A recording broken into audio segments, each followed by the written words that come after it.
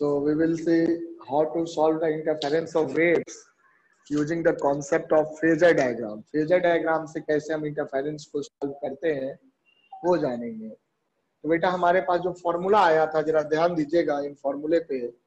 हमारे पास क्या था? Since two waves are given by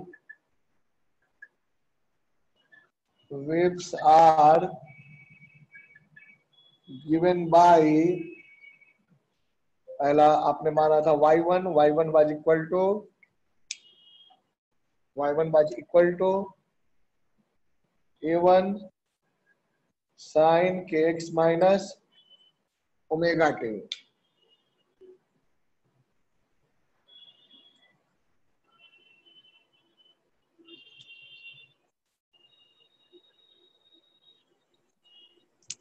sir हाँ बोलो। सर आपके पास पिछली क्लास की रिकॉर्डिंग है वो डिस्ट्रक्टिव इंटरफेरेंस वाली? देखना पड़ेगा, मुझे ध्यान नहीं है, चेक करना पड़ेगा। क्योंकि सर वो पिछली क्लास में ना सर फोन डिस्चार्ज हो गया था ना, तो सर मैं स्विच ऑफ हो गया था फोन, तो डिस्ट्रक्टिव इंटरफेरेंस का। मैं समझ गया, आपको इतना एक्सप्लेन नहीं करने की जरूरत है ना। मैं देखूंगा, आपने बोला होगा या रखता हूँ, अभी भी रिकॉर्डिंग पे है। So I will send it, don't worry, है ना। I got what you want to say, after class I will check it और मैं भेज दूंगा अगर होगा तो। Two waves are given by y1 equal to a1 sin kx minus omega t and y2 equal to a2 sin kx minus omega t plus delta. So here delta is equal to phase difference। ये phase angle है ना, देखो, this is phase angle, this is phase angle. तो दोनों के phase angle में जो difference है, दोनों के जो फेज एंगल में डिफरेंस है, that will B delta. So phase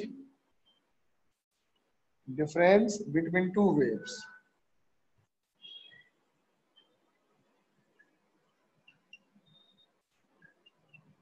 okay, so delta is phase difference between two waves. तो ये चीज है। अब देखो, दो वेव्स आपके ये दिए हुए हैं, तो यहाँ पे आपका रिजल्टेंट वेव जो होता था, resultant wave after superposition, resultant wave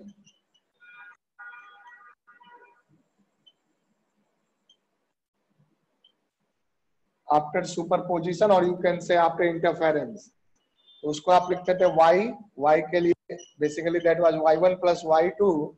so when you solve this you get y equal to a sin kx minus omega t plus theta। ये आ जाता था, जहां पे आपको मालूम था where a equal to root under a1 square plus a2 square 2a1 a2 cos delta and theta was equal to tan inverse a2 sin delta by a1 plus a2 cos delta। तो ये चीज आपको resultant wave ये equal to a sin kx minus omega t plus theta।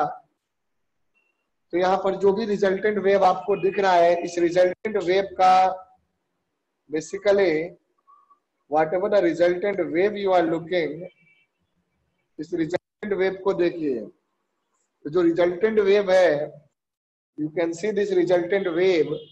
तो resultant wave का जो amplitude है, that is depending on amplitude of the individual wave and phase difference between them. तो जो रिजल्टेंट है उसका एम्पलीट्यूड दोनों वेव के एम्पलीट्यूड पे और दोनों वेव के फेज डिफरेंस पे डिपेंड करता है। और फॉर्मूला क्या है आपका? that you got is square root of a1 square plus a2 square plus 2a1 a2 cos delta। that is the formula।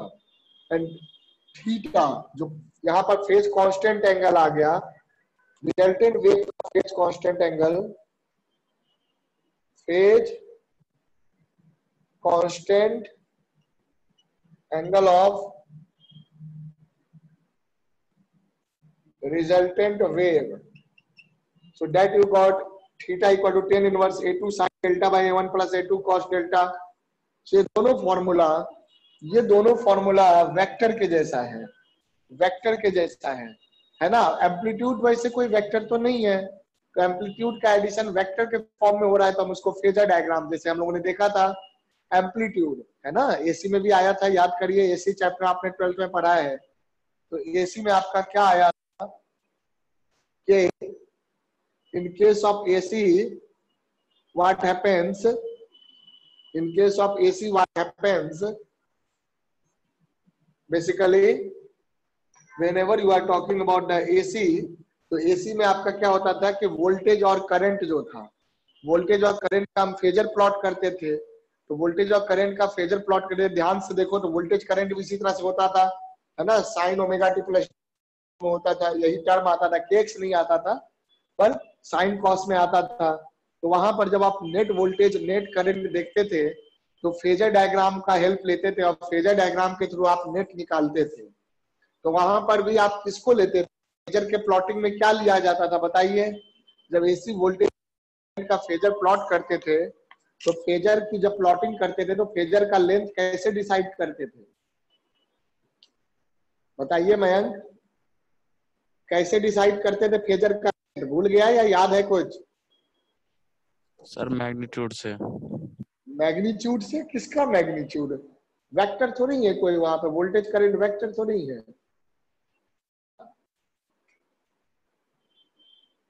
वो। मैग्नीट्यूड क्या होता है?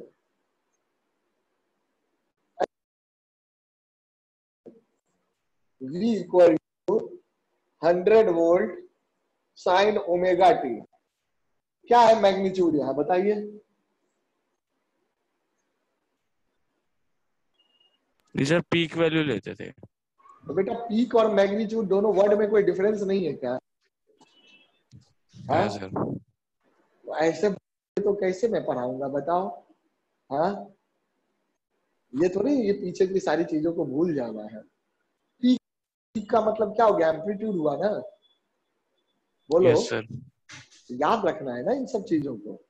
मैग्नीट्यूड बोल रहे हैं, मैग्नीट्यूड का मतलब तो मॉड हो गया, मॉड भी तो जीरो भी हो सकता है, तो क्या जीरो ले लेते थे? हाँ, ओमेगा टी को जीरो रखिए तो जीरो हो जाएगा वोल्टेज, तो क्या जीरो लेते थे फेजर? या फेजर का लेंथ हमेशा चेंज होते रहता है, डायग्राम बनाते थे डायग्राम में फेजर का लेंथ चेंज होता रहता था? No sir. बेटा पीक वैल्यू लेते हैं, दैट इज एम्पलीट्यूड, है ना, याद रखो, है ना। अब एग्जाम में तुम्हारे मन में यही बैठा रहेगा मैग्नीट्यूड। अब मैग्नीट्यूड वर्ड दिमाग में बैठा रहेगा तो तुम क्वेश्चन को कैसे सही करोगे, गलत करके आओगे, है ना। तो इन चीजों को ध्यान रखो। तो बेसिकली हम लोग क्या लेते थे? पीक वैल्यू लेते थे। तो पीक वैल्यू को हम एम्पलीट्यूड कह सकते हैं ना, maximum value that is amplitude, okay. तो मैक्सिमम वैल्यू कह सकते हैं, एम्पलीट्यूड कह सकते हैं, तो वो चीज है, पीक वैल्यू लेते थे। तो यहाँ भी हम फेजर के रिस्पेक्ट में देखेंगे तो पीक वैल्यू मतलब एम्पलीट्यूड को प्लॉट करेंगे A1 A2।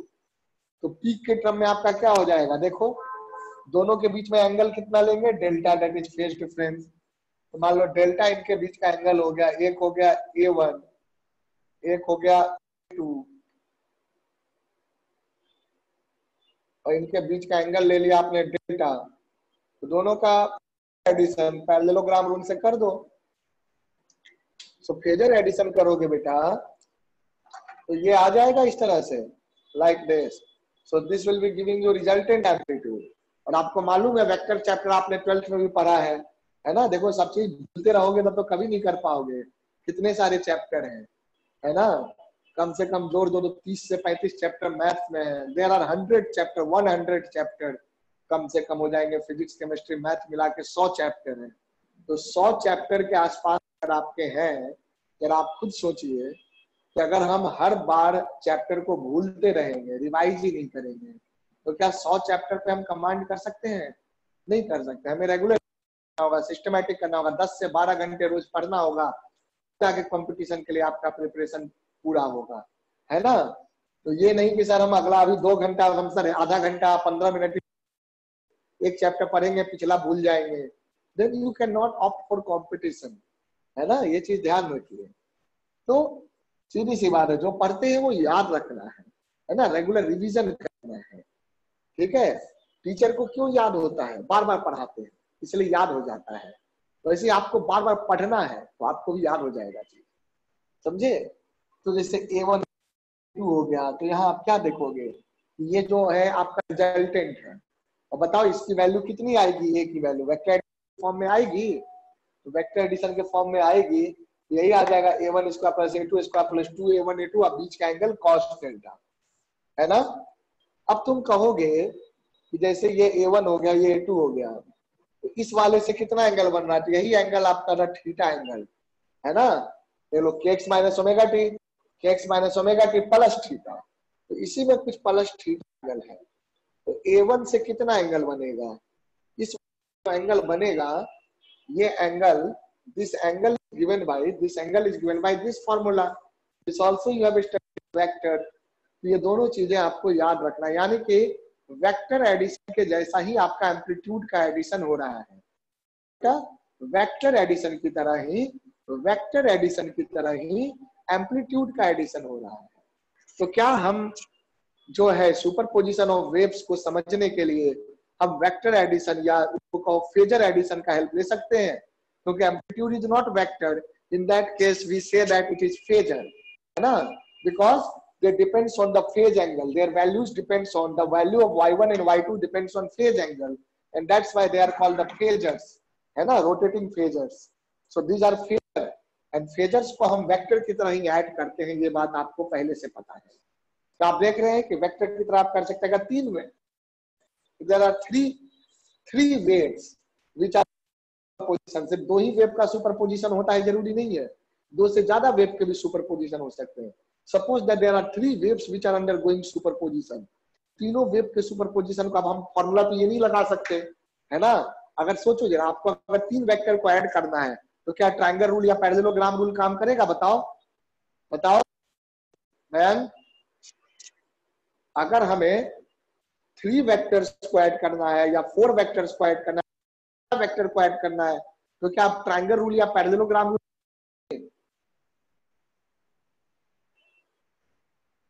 No triangle sir rule, नहीं लग पाएगा। ट्रायंगल रूल दो वेक्टर में लगता है तो ऑब्वियसली नहीं लग पाएगा। तो हमें क्या करना होगा, हम उसे फेजर डायग्राम के हेल्प से ऐड करेंगे, जैसे आई कैप जे कैप के कैप में वेक्टर को ऐड करते हैं, वैसे ही हम इसको फेजर डायग्राम के हेल्प से परपेंडिकुलर डायरेक्शन में कंपोनेंट्स की तरह ऐड करेंगे, आई कैप जे कैप मानते हुए, है ना। फाइनली मैग्नीट्यूड देखना, आई कैप जे कैप में नहीं रखना है, लेकिन एडिशन का तरीका वही होगा जो वेक्टर एडिशन का तरीका है। ये बात समझ में आ रहा है ना। आपको अगर 5 वेक्टर को ऐड करना है मैथमेटिकली तो आई कैप जे कैप के कैप में करते हैं, है ना। ज्योमेट्री है तो चलो पॉलीगन रूल लगा देते हैं, मोर देन 2 वेक्टर्स के लिए पॉलीगन रूल लगा देते हैं। So you can you can use the concept of polygon rule, you can use the concept of triangle rule, you can use the concept of parallelogram rule, and even you can use the concept of Cartesian coordinate, that is I cap j cap k cap, in order to do the phasor addition, है ना। But याद रखिए phasor का final result scalar की form में होगा, phasor का final result आप आई कैप जे कैप में नहीं छोड़ सकते, क्योंकि फेजर का जो वैल्यू है वो क्या यहाँ देगा, एम्पलीट्यूड देगा, और जे कैप से नहीं मतलब रखना है। वो आप क्या करेंगे, आई कैप जे कैप में भी दे सकते हैं डिस्प्लेसमेंट का मैक्सिमम वैल्यू, है ना, है, लेकिन हम उसके मैग्नीट्यूड को निकालते हैं कई बार आई कैप जे कैप, क्योंकि amplitude is the displacement, so maximum displacement from the mean position can be amplitude, तो मैक्सिमम डिस्प्लेसमेंट पॉजिटिव और नेगेटिव साइड देख सकते हैं। तो आई कैप जे कैप में भी यहाँ छोड़ा जा सकता है, एसी में नहीं छोड़ सकते, क्योंकि voltage and currents are not scalar, यहाँ तो डिस्प्लेसमेंट है, डिस्प्लेसमेंट को हम आई कैप जे कैप में भी रख सकते हैं। ये सारी बातें क्लियर, बताओ बेटे। Yes sir. हाँ, तो क्वेश्चंस दो इस पे करने के लिए। Yes sir. अच्छा 1 मिनट रुकिए, मैं क्वेश्चंस देता हूँ।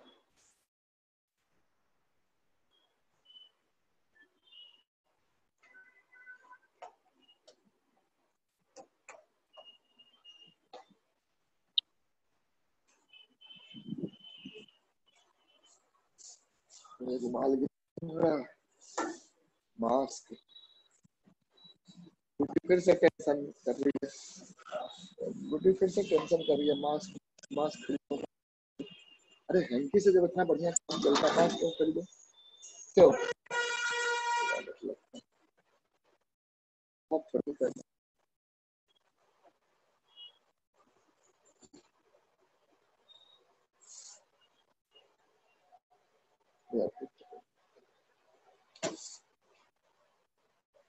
इसी पे होगा।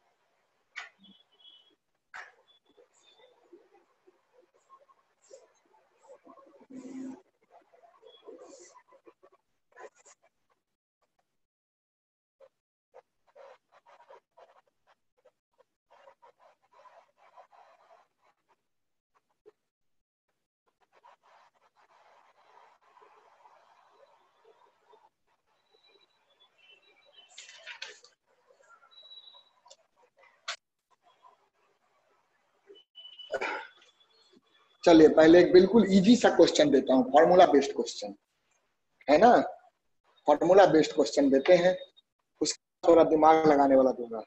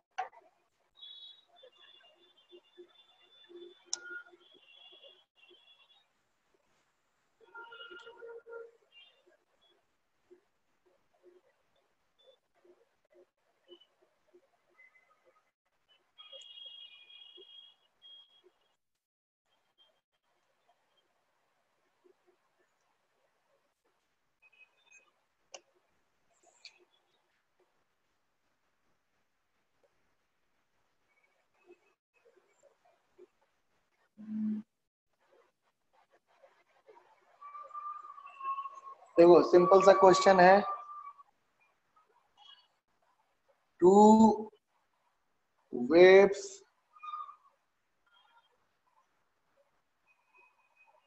traveling in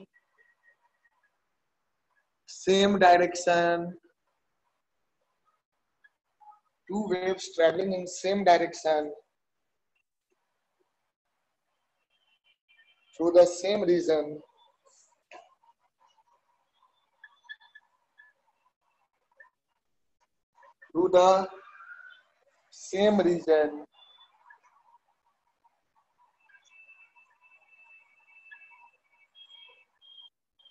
have equal frequencies, wavelengths and amplitudes. Equal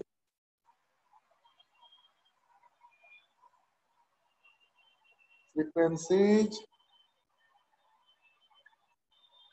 wavelengths and amplitude. Equal frequencies, wavelengths and amplitudes.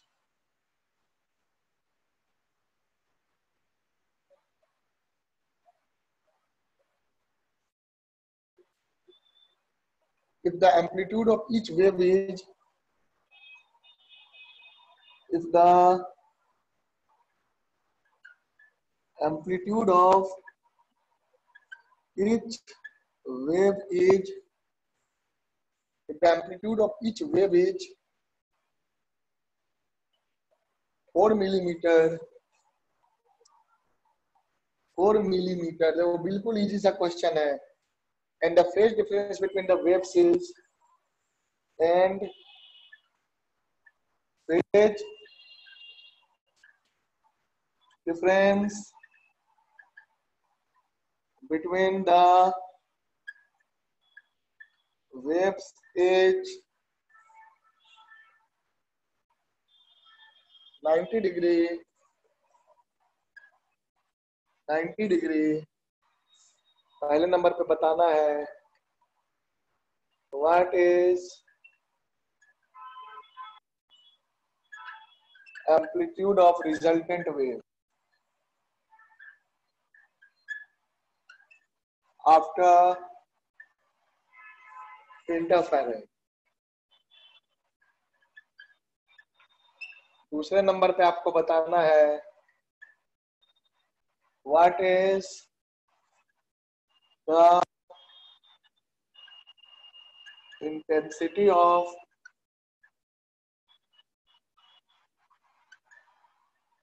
resultant wave if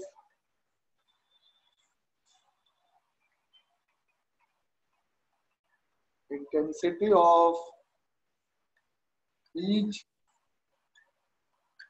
wave is I naught। चलो करो इसको सॉल्व करो।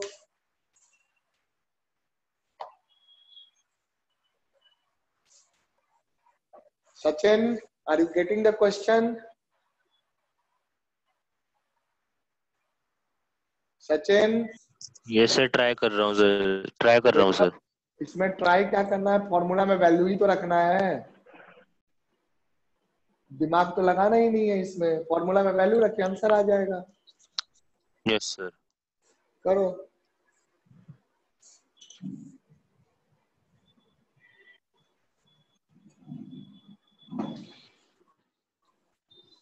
आ गया मयंक?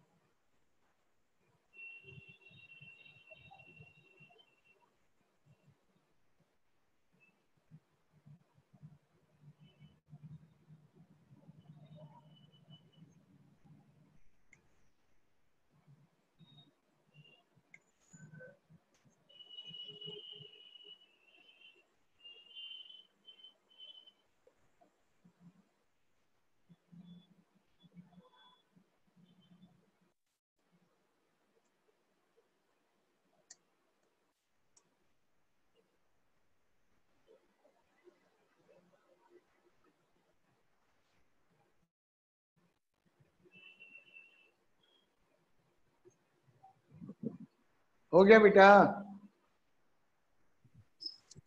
Yes sir.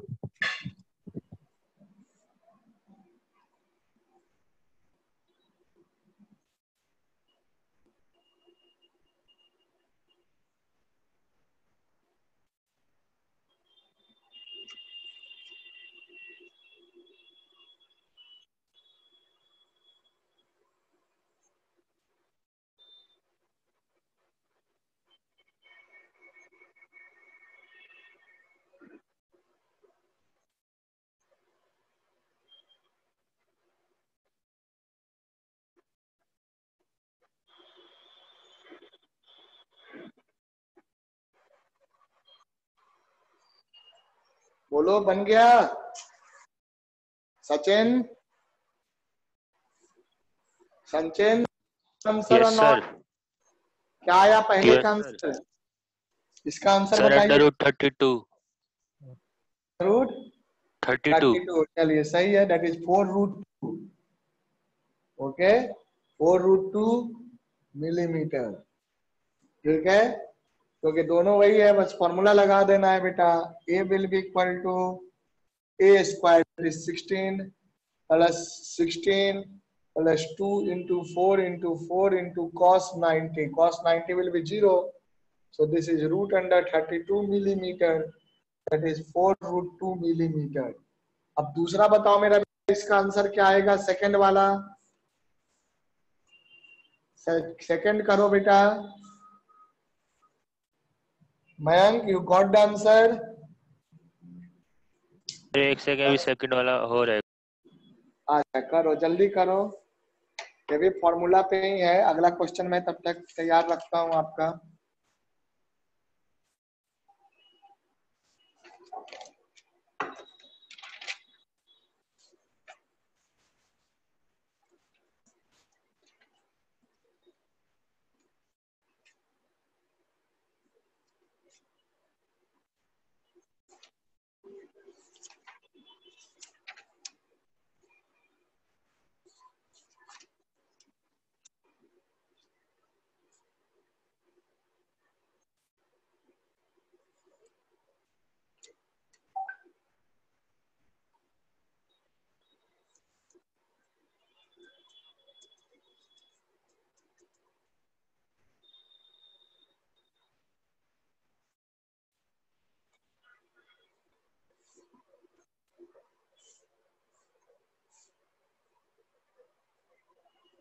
जल्दी करो, और भी क्वेश्चंस कराने हैं।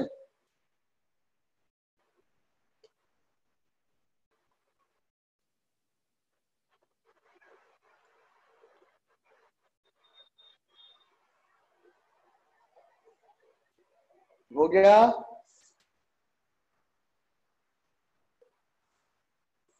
मयंक, गॉट द आंसर और नॉट?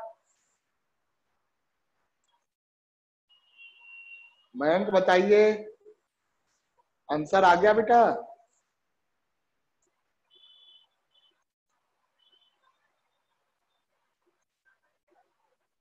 Yes sir. ओके, कितना आ गया सेकंड का? 2I0। 2I0, बिल्कुल सही है। इक्वल इंटेंसिटी है, इंटेंसिटी का फॉर्मूला आपने पढ़ा था, I equal to 4I0 cos square delta by 2। याद आ रहा है? डायरेक्ट अप्लाई करो, तो 4I0 इक्वल इंटेंसिटी, याद है ना? या अलग वाला दूसरा भी फॉर्मूला लिख सकते हो, cos square 90/2, that is 45 degree. So this will be equal to 4I0 cos 45 is 1/√2, तो 1/2 आ गया, that is 2I0। दूसरा फॉर्मूला आप ये भी जानते हैं, अगर इंटेंसिटी अलग होता तो ये यूज कर सकते थे, I इक्वल टू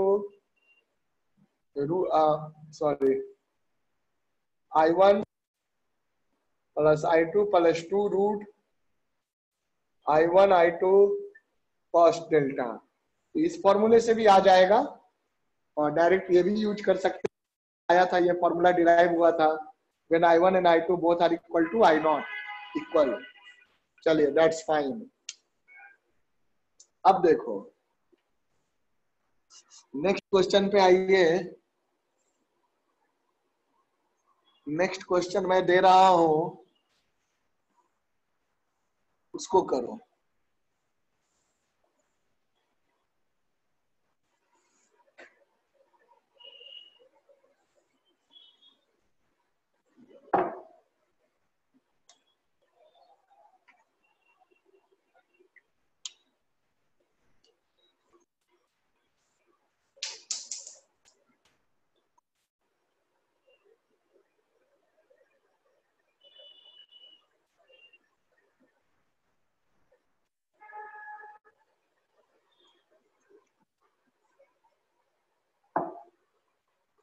एक मिनट बेटा।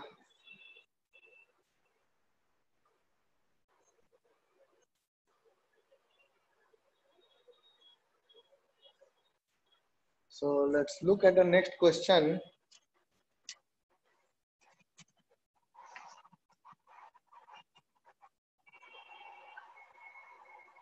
Consider the three waves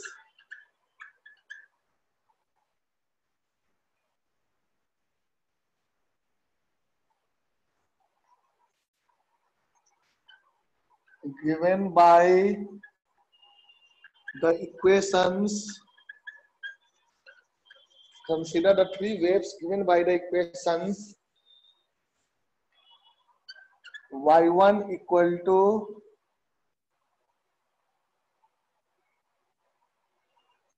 10 millimeter sine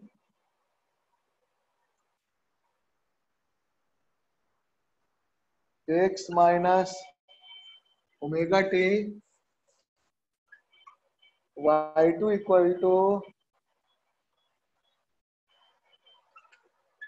20 millimeter sine kx,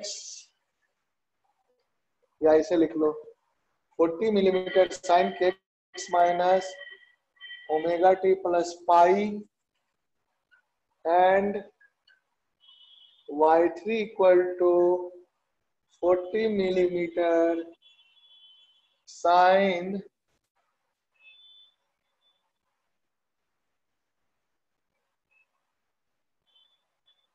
kx minus omega t plus pi by 2. Okay, these are the three waves. Okay, these are the three waves. Find the amplitude of resultant wave obtained after interference of these three waves. Interference of these three waves.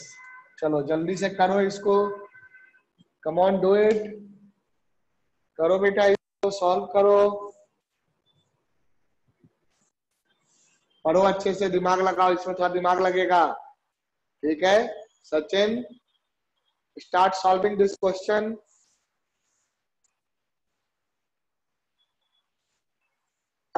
करिए बेटे।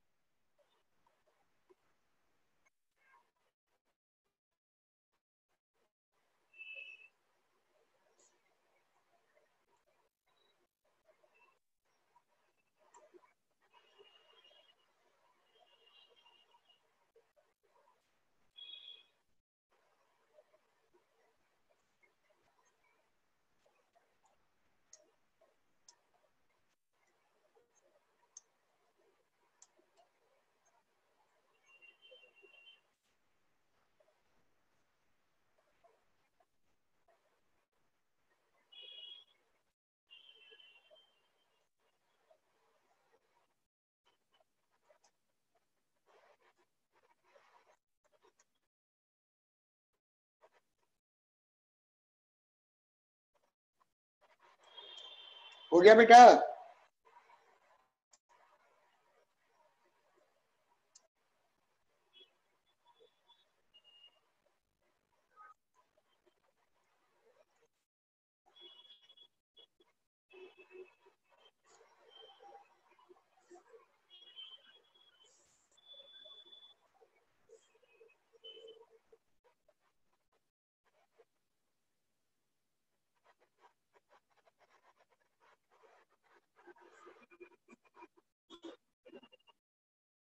बोलो बच्चे, हो गया?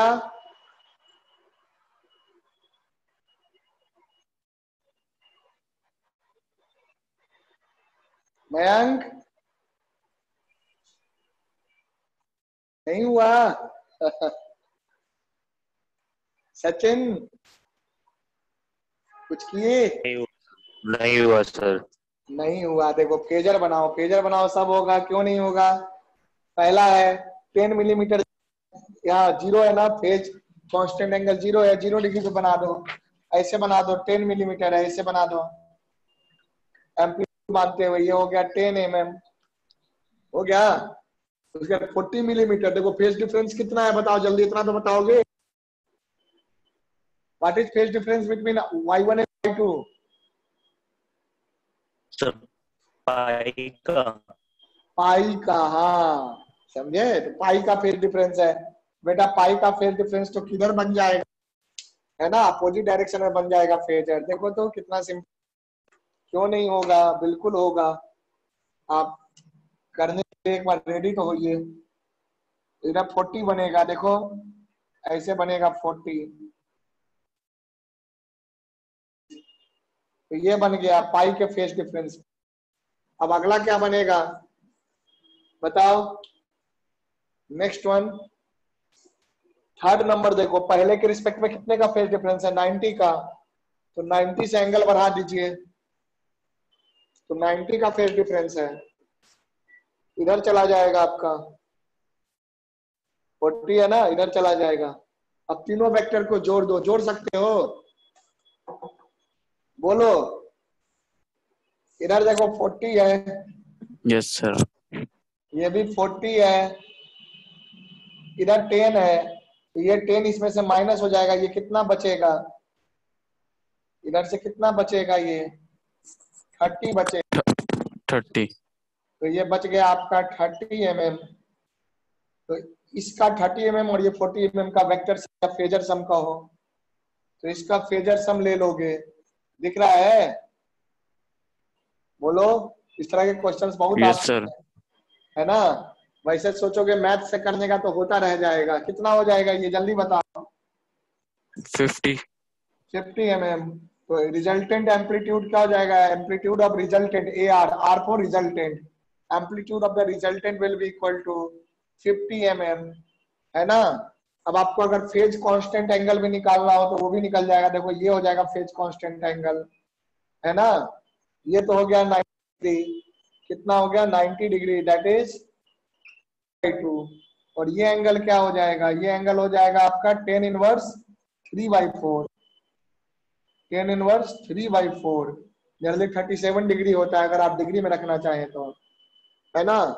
तो इसका जो theta हो जाएगा, यही एंगल थीटा कहलाएगा, तो ये एंगल थीटा कहलाएगा, theta will be equal to π/2 plus 10 inverse 4। तो क्या हो जाएगा आपका रिजल्टेंट जो हो जाएगा y resultant, will be a resultant, that is 50 mm sin kx minus omega t plus π/2 plus क्या आ जाएगा, प्लस इनवर्स 3/4। ये आपका रिजल्टेंट वेव का इक्वेशन हो जाएगा, हो जाएगा, समझा। ये रिजल्टेंट वेव का इक्वेशन हो जाएगा, अगर आप डिग्री में लिखेंगे तो ऐसे लिख देंगे 15 mm sine kx minus omega t 90 plus 37 degree plus 127 degree के आसपास आ जाएगा, है ना। टेन इनवर्स 3/4 37 डिग्री के आसपास होता है, बताओ बेटा, क्लियर है, बोलो, कम ऑन मयंक, मयंक, समझा या नहीं समझा। यस सर, समझ गया। अच्छा सचिन, यस सर। समझ गया बेटा, इक्वेशन समझा, यस सर। इक्वेशन फाइनली यही तो आता था, resultant amplitude kx minus omega t plus theta, theta जो होता था पहले वाले वेव से जो फेज एंगल होता था कांस्टेंट एंगल, तो वो इतना बड़ा एंगल हो जाएगा, दैट इज 90 प्लस 10 इनवर्स 3/4, है ना। तो that is what you can do.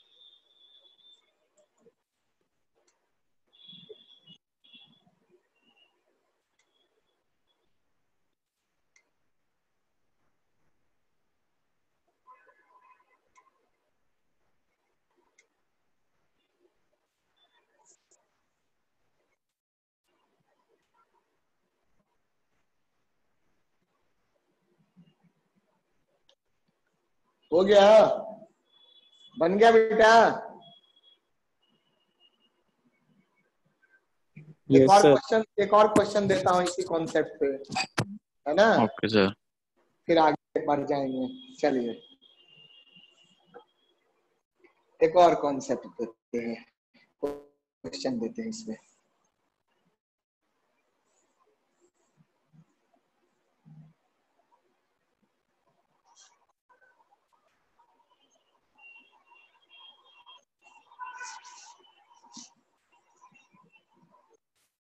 देखिए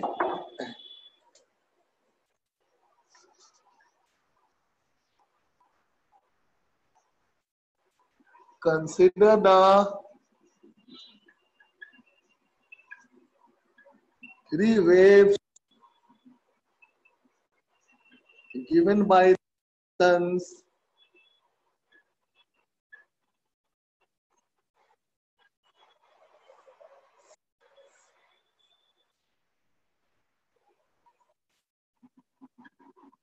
y1 equal to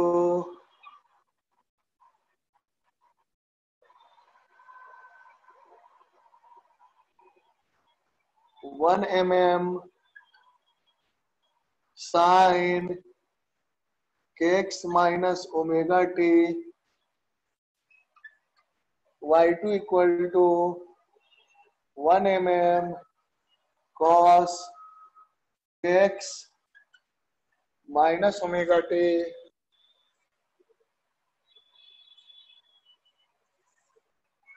and y3 equal to root 2 mm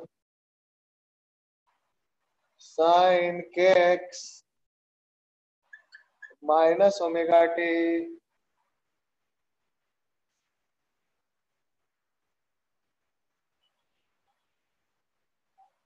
plus 5 pi by 4. Okay, y1, y2 and y3 to root 2 mm sin kx minus omega 5 pi by 4. Find the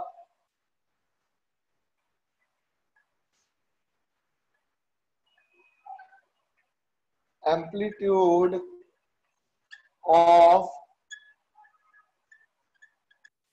resultant wave. Find amplitude of wave formed due to interference of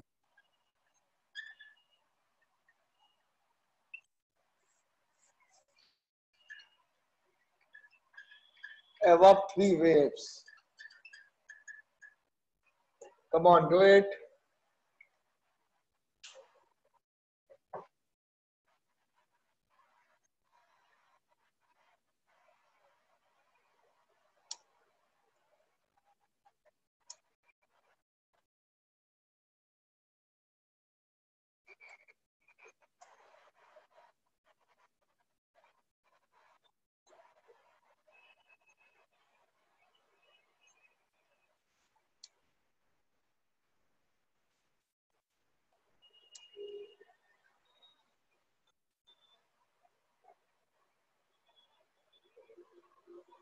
करो बेटे, come on.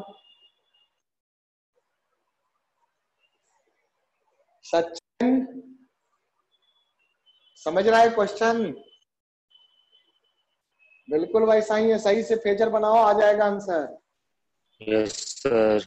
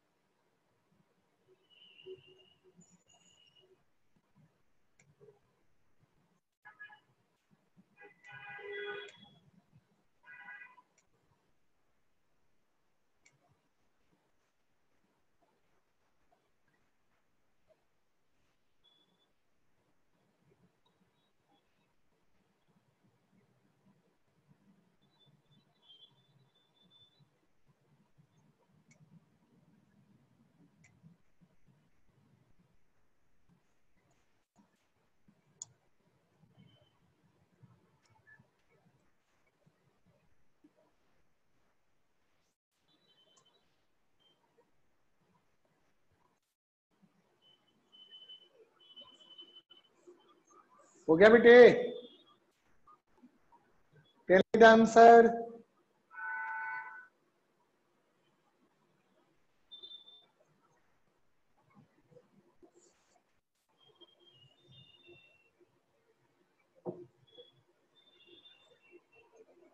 बताओ बच्चों, answer बताइए।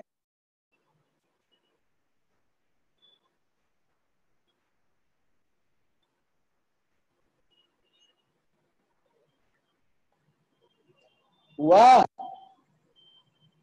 मयंक? नहीं sir अभी नहीं हुआ।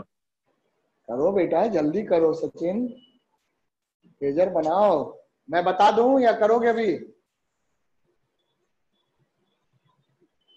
बता दो सर आप, मैं कर लूंगा। मैं बता दूंगा तो फिर आप क्या करेंगे? फिर तो मैंने किया ना बेटा। चलो देख, मतलब आप बता दो। ठीक है मैं बता देता हूँ। चलो मिल गया, इससे ज्यादा टाइम नहीं। और ये याद रखना, आप करने का एक करा दिया, एक ये करा दिया। आप तो कन्वर्जन करो, ट्राइगो वगैरह तो एंगल वगैरह तो निकालने आएगा तभी कर पाओगे ना।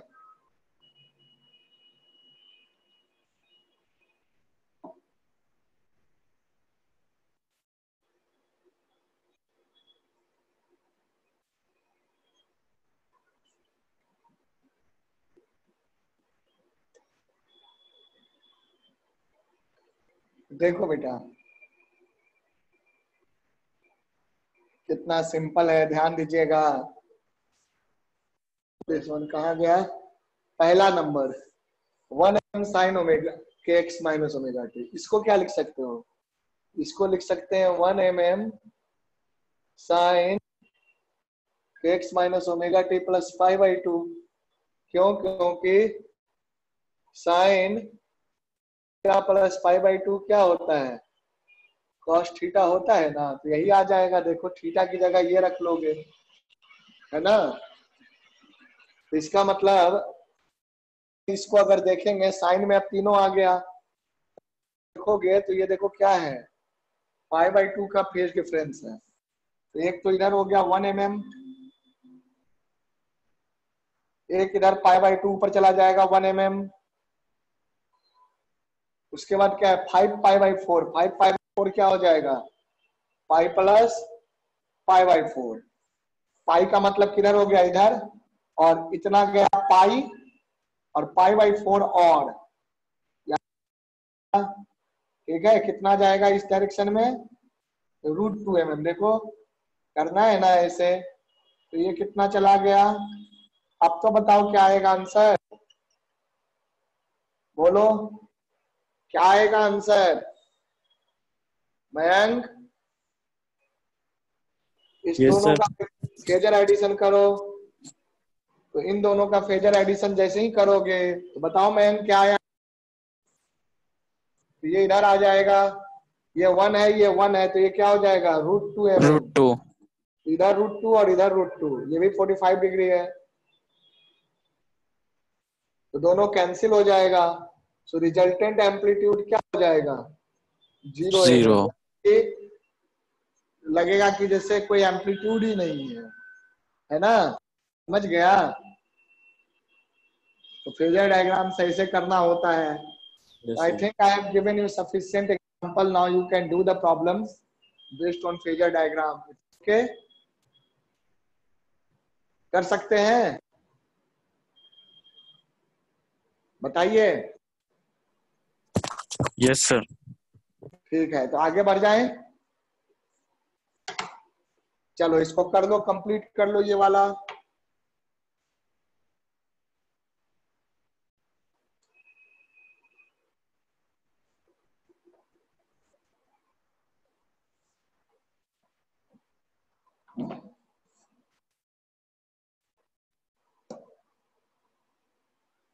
कंप्लीट करिए।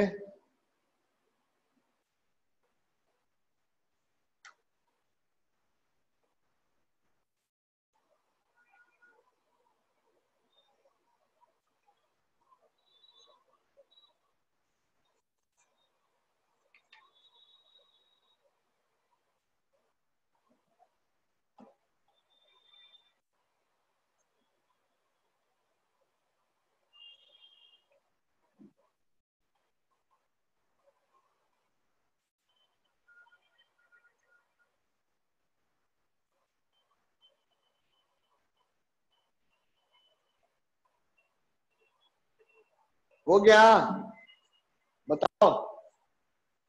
डन। Yes sir. चलिए फिर इसको मैं रब करता हूं। Do you know what is tuning fork? हाँ बेटा, do you know something about tuning fork? Yes sir, नाम तो सुना है सर। नाम तो सुना है ना? बिल्कुल, अच्छा किया नाम सुन लिया, है ना? अब आगे थोड़ा बता भी देता हूं मैं कि क्या होता है, क्या कॉन्सेप्ट है। ट्यूनिंग फॉर्क में बेटा कुछ भी नहीं है, सीधा सा चीज है, एक डिवाइस है ना? अब जैसे कि मान लो ये रहा, है ना, ये मार्कर है की तरह, इस तरह से मैंने इसको हिट किया, तो अगर मैंने हिट किया तो इसको हिट करने से जिस फ्रीक्वेंसी से वेव इस पे प्रोड्यूस होगा that will be the frequency of tuning fork. तो ये ट्यूनिंग फॉर्क एक्चुअली नहीं है। ट्यूनिंग फॉर्क क्या करता है, जब आप एक बार हिट करते हैं ना तो वाइब्रेट करने लगता है, तो वाइब्रेट करेगा तो वो लगातार इसको से हिट करेगा, है ना, इस तरह से लगातार हिट करेगा। तो पर सेकंड जितनी बार हिट सब करेगा, गिटार की तरह, गिटार की स्ट्रिंग्स जो होती हैं। गिटार की स्ट्रिंग ट्यूनिंग, ट्यूनिंग फॉर्क से गिटार की स्ट्रिंग को बजा सकते नहीं हैं। सर, उसकी स्ट्रिंग भी तो एक बार सर उस पे हाँ मारेंगे हाँ, तो बार बार उस पे क्या ऊपर नीचे वो होती है ठीक सर। है, वो भी ऊपर नीचे होती है, वो भी वाइब्रेट करता है, but that is not tuning fork. Okay, ये बात समझा? Yes sir. वो ट्यूनिंग फॉर्क नहीं है, वैसा नहीं कि हर चीज vibrate. Tuning fork vibration create करेगा गिटार में, फिर गिटार वाइब्रेट कर सकता है किसी स्ट्रिंग में, है ना? तो बेसिकली क्या है कि जब आपको जैसे वहां पर तो ट्यूनिंग वहां पर गिटार वाला केस अलग, वो स्टैंडिंग वेव अगला टॉपिक जो पढ़ाऊंगा, ठीक है, उसको ट्यूनिंग फॉर्क से कंपेयर मत करिए। ट्यूनिंग फॉर्क का कॉन्सेप्ट अलग है और गिटार में जो स्ट्रिंग वाला कॉन्सेप्ट है वो थोड़ा डिफरेंट कॉन्सेप्ट है। दोनों कॉन्सेप्ट को आप कंपेयर मत करिए, ठीक है? आइए देखो, ध्यान से देख लो जो इस बात को। So I am talking about tuning fork. So what is tuning fork?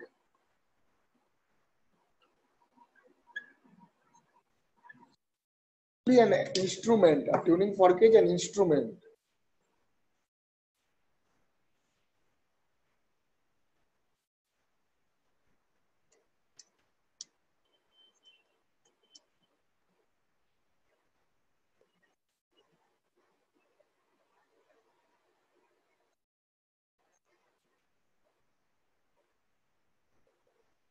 Okay. So लिखिए. Write down.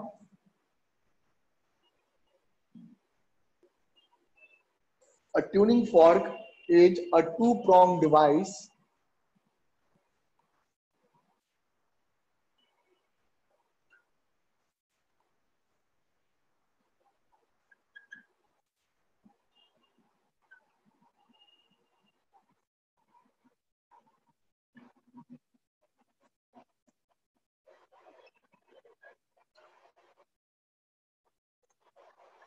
steel, alloys or other metals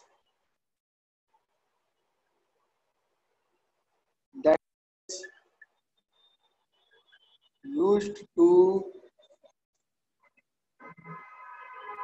set a wave of particular frequency,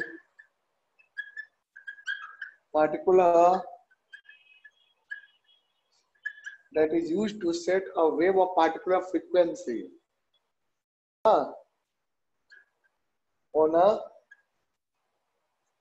in a medium, कह लो in a medium. स्ट्रिंग में भी हो सकता है, string और air कह सकते हो. मीडियम क्या ले सकते हैं? स्ट्रिंग ले सकते हैं, एयर ले सकते हैं, एटसेट्रा. जो भी मैकेनिकल मीडियम हो, मैकेनिकल मीडियम ले सकते हैं, है ना. जनरली आपको स्ट्रिंग और एयर में ही क्वेश्चन आएगा, इसी पे आता है. सो ट्यूनिंग फॉर्क क्या है? टू प्रोंग डिवाइस, ऐसा कुछ होता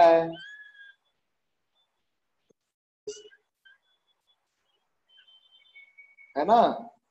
इस तरीके से ये हैंडल रहा जिसको आप पकड़ते हैं.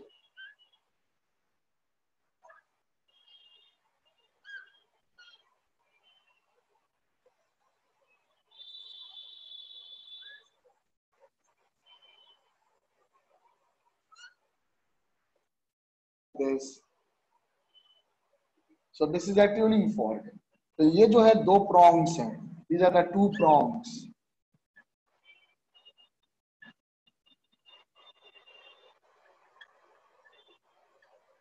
तो ये जब वाइब्रेट करेगा ना, इस तरीके से है, वाइब्रेट करेगा, इस तरह से स्पीड में वाइब्रेट करता है. तो जितनी बार ये ऑक्सीलेट करेगा ना, उतनी बार हिट करेगा, है ना. स्ट्रिंग को हिट करेगा, उतनी बार साउंड वेव प्रोड्यूस करेगा, ऑक्सीलेशन क्रिएट करेगा एयर में. सो एयर की फ्रीक्वेंसी की फ्रीक्वेंसी हो गया, स्ट्रिंग वेव की फ्रीक्वेंसी होगी, है ना. स्ट्रिंग वेव है, एयर में साउंड है, इनकी जो फ्रीक्वेंसी होगी, किसके कारण बेटा फ्रीक्वेंसी होगी? Due to the oscillation of the tuning fork. ध्यान से समझिए. तो due to oscillation of tuning fork जो फ्रीक्वेंसी होगी साउंड की या स्ट्रिंग की, that will be same as the tuning fork. तो वो जितनी बार वाइब्रेट करेगा, उतनी बार हिट करेगा स्ट्रिंग का, उतने वेव पल्स प्रोड्यूस होगा, वो स्ट्रिंग ऑक्सीलेट करेगा. Is that point clear? समझा इसको, है ना. समझा? तो बेसिकली आपको क्या याद रखना है? आपको याद रखना है नोट में एक point, a tuning fork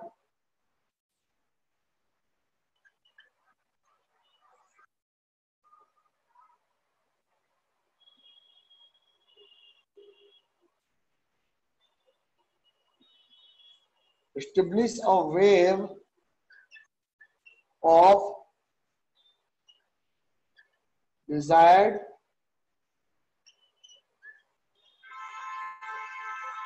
frequency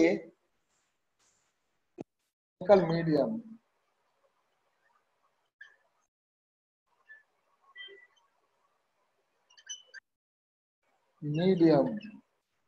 The frequency of a tuning fork is fixed. हर एक ट्यूनिंग फॉर्क की अपनी अलग अलग फ्रीक्वेंसी होती है, तो एक पार्टिकुलर ट्यूनिंग फॉर्क की फिक्स फ्रीक्वेंसी होती है. Frequency of a tuning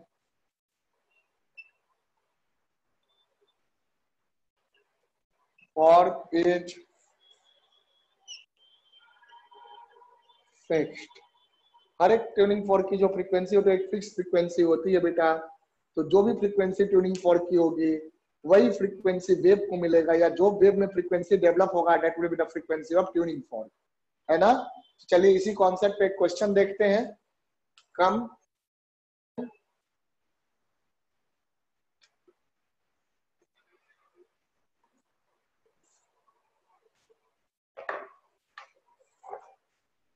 note कर लिया? Mayank, you got it? Yes sir. चलिए ठीक है. सचिन समझा बेटा? Yes sir. हाँ नोट कर लीजिए. नोट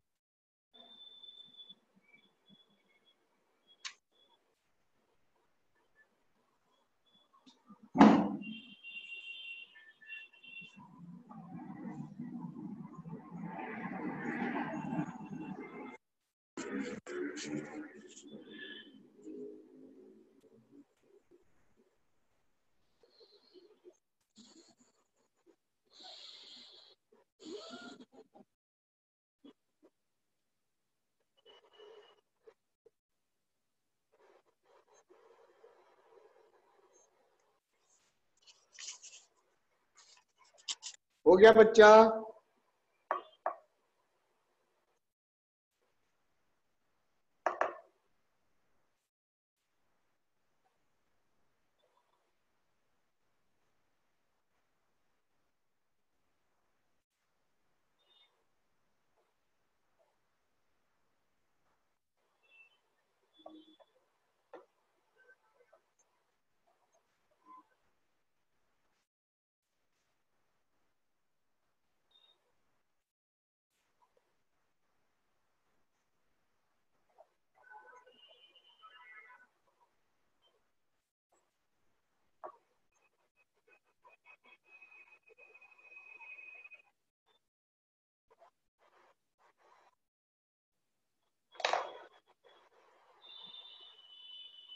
चलिए एक क्वेश्चन लिखिए फिर. Write down one question now.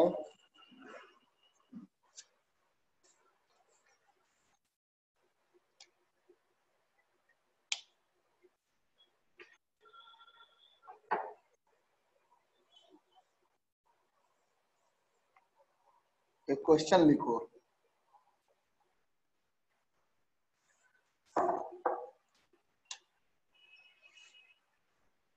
A tuning fork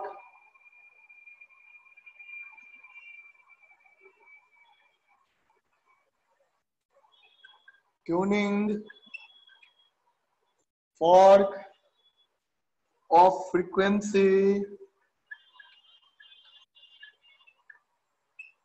a tuning fork of frequency 440 hertz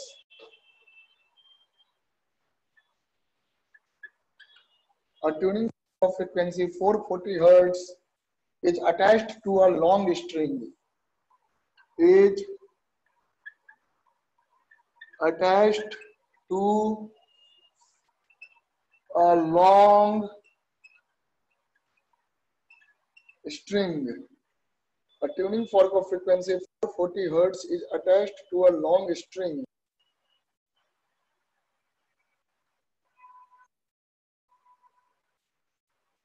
of linear mass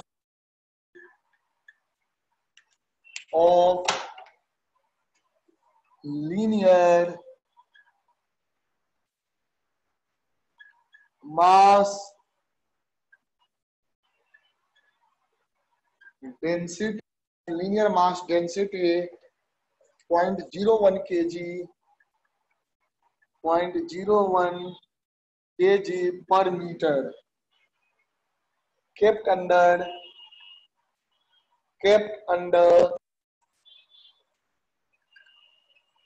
a tension of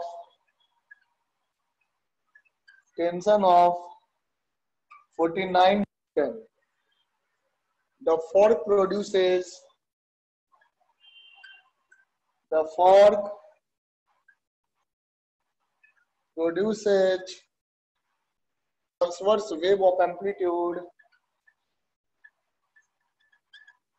transverse wave of amplitude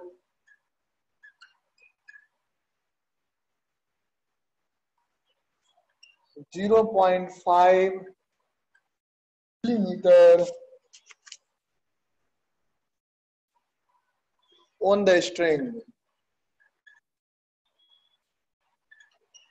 0.5 millimeter on the string.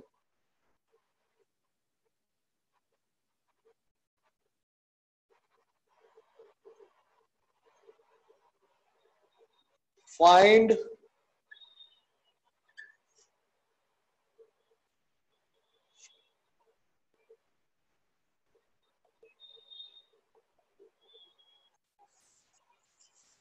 पहले number पे the wave speed मतलब wave velocity, wave speed and wavelength of wave, wavelength of wave speed and wavelength of wave. दूसरे number पे maximum speed and acceleration of the particle of a string. Find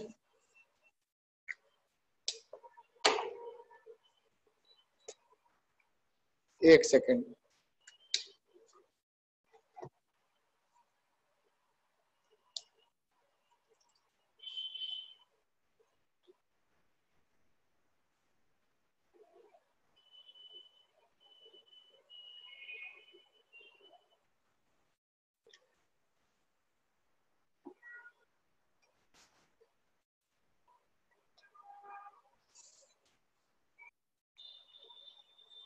find the maximum speed and maximum acceleration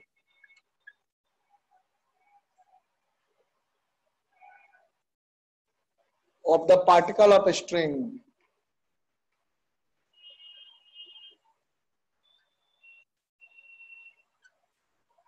और तीसरे number पे इसी question में, बड़ा अच्छा question है, देखो है ना, बहुत कुछ इससे पकड़ा जाएगा कंपटीशन में। इस क्वेश्चन को अच्छे से करिए, समझिए। लास्ट इतना बड़ा question, at what rate is the tuning fork transmitting energy to the string, वाला फ्रीक्वेंसी। एट व्हाट, दिमाग लगाना, rate tuning fork is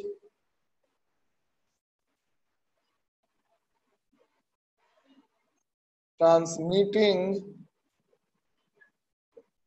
last part मैं समझाऊंगा, पहले दो पार्ट करो। एनर्जी टू द स्ट्रिंग,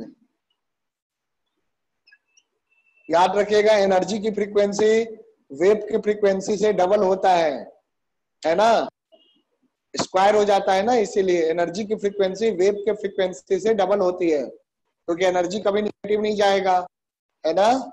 इसको करो, करो बेटा,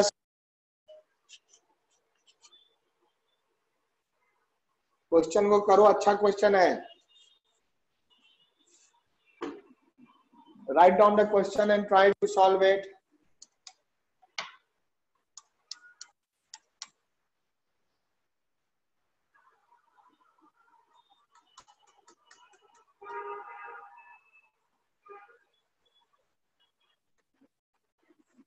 लिखो इस क्वेश्चन को आप लोग और सॉल्व करो।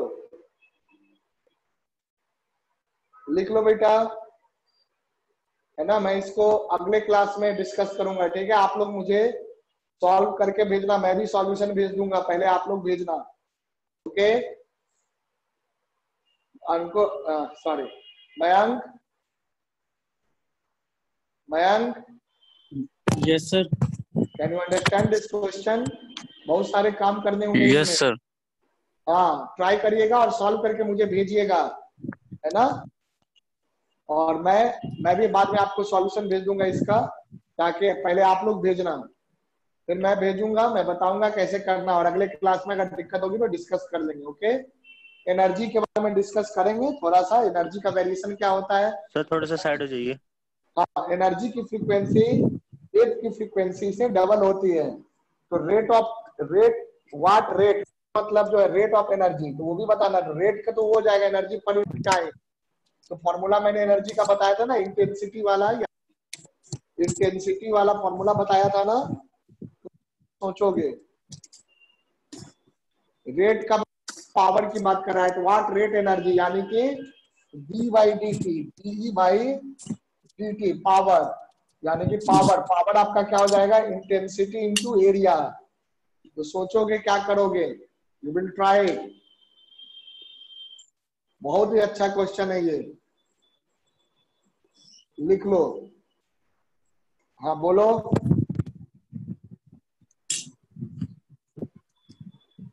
Power equal to intensity into area, ये भी ध्यान रखोगे। इंटेंसिटी बताया था ना आपको, इंटेंसिटी का फॉर्मूला क्या बताया, याद आ रहा है, 2πf² v इंटू ए स्क्वायर, है ना। Yes sir, new into V A square F square, है ना। तो ये आप यूज करेंगे। और एरिया ऑफ स्ट्रिंग से मल्टीप्लाई कर देंगे, cross sectional area of string. ये क्या है? Cross sectional area.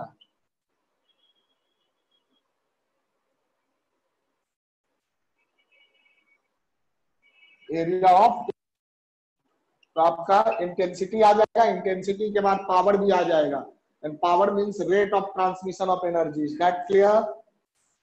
तो आज यहीं तक रखते हैं, and in the next class we will study about standing wave.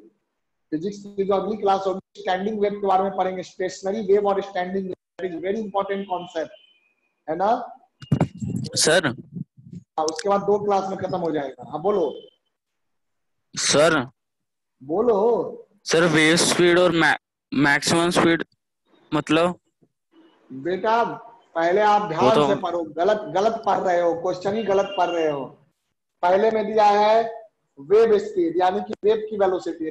हाँ, आधा क्वेश्चन पढ़ के बोलते हो, पूरा क्वेश्चन पढ़ो दूसरे पार्ट को।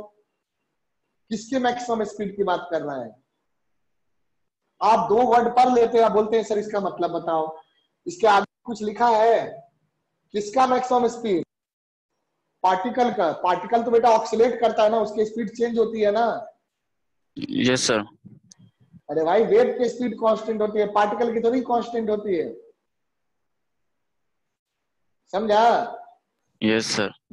तो पार्टिकल की स्पीड है वो मैक्सिमम कब होगी? जब मीन पोजीशन पे होगा, क्योंकि एक्सट्रीम पोजीशन पे 0 होता है। तो मीन पोजीशन यानी कि बीच में जब होगा, इक्विलिब्रियम पॉइंट को जब क्रॉस कर रहा होगा, तो उस समय स्पीड मैक्सिमम होगी पार्टिकल की। समझ गया? यस बोलो। सर। हाँ, तो root under F by mu wave speed आ जाएगा।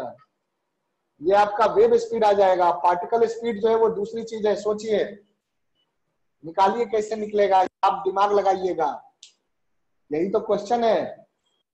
चलो, है ना? वेव इक्वेशन से सोचो। पार्टिकल स्पीड का मतलब क्या हुआ? मैंने बताया था del y by del. Particle ऐसे वाई में ट्रांसवर्स वेव है, वाई में ऑक्सीलेट कर रहा है, तो partial derivative of y with respect to time, so this will be particle speed and yes sir. del Vp by del will be the acceleration of the particle, है ना? That will be the acceleration of particle। तो सोचोगे आप, करोगे बेटा?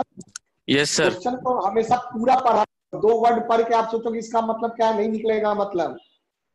2 word पढ़ के मतलब तो नहीं निकलेगा। हाँ बोलो। अब फिर सोचो, आपके घर में अगर मान लो Yes. कोई आपका भाई है और वो बोलता है मैं अभी मारता हूँ, और इतना सुनकर आप उसको 2 थप्पड़, कह रहे तुमने बोला मारता हूँ, मैंने सोचा तुम मुझे मारोगे तो मैंने तुम्हें मार दिया। वो कुछ और बोलने वाला था। आपके पीछे में एक तो कोई जानवर था, मान लो कुत्ता था, जो आपको काटने वाला था, वो उसको बोला था मैं अभी मारता हूँ तुम्हें कुत्ता, है ना? तुम मेरे भाई को काटोगे, तुम्हें पूरा लैंग्वेज सुना ही नहीं, उसने इसे हाथ उठाया मैं अभी मारता हूँ, तुमने उसका हाथ ही तोड़ दिया। बोलो हाँ कैसे यस चलेगा? सर। तो हमेशा पूरी स्टेटमेंट को पढ़ा करिए, है ना? मैं अभी मारता हूँ सुनकर अपने भाई का हाथ तोड़ दोगे, क्या मारने आ रहा है? अभी बाद में पता चलेगा भाई रोएगा, बोलेगा मैं तो तुम्हें मारा था, मैं कुत्ते को बोला था मैं अभी मारता हूँ डॉग, तुम मेरे भाई को नहीं काट सकते हो। फिर तो तुम रोगे बैठ कर, मेरा कितना अच्छा भाई है ना? वो मुझे बचा रहा था, मैंने उसका हाथ तोड़ दिया। इसलिए पूरे स्टेटमेंट को सुनने की आदत डालिए, पूरे स्टेटमेंट को पढ़ने की आदत डालिए। हमने यहाँ पढ़ लिया फाइंड द मैक्सिमम स्पीड, बस रुक गए। सर तो वेव की कांस्टेंट होती है मीडियम में। अरे भाई तो मैक्सिमम कहाँ, आगे भी तो पढ़ो। एंड मैक्सिमम एक्सेलरेशन किसका?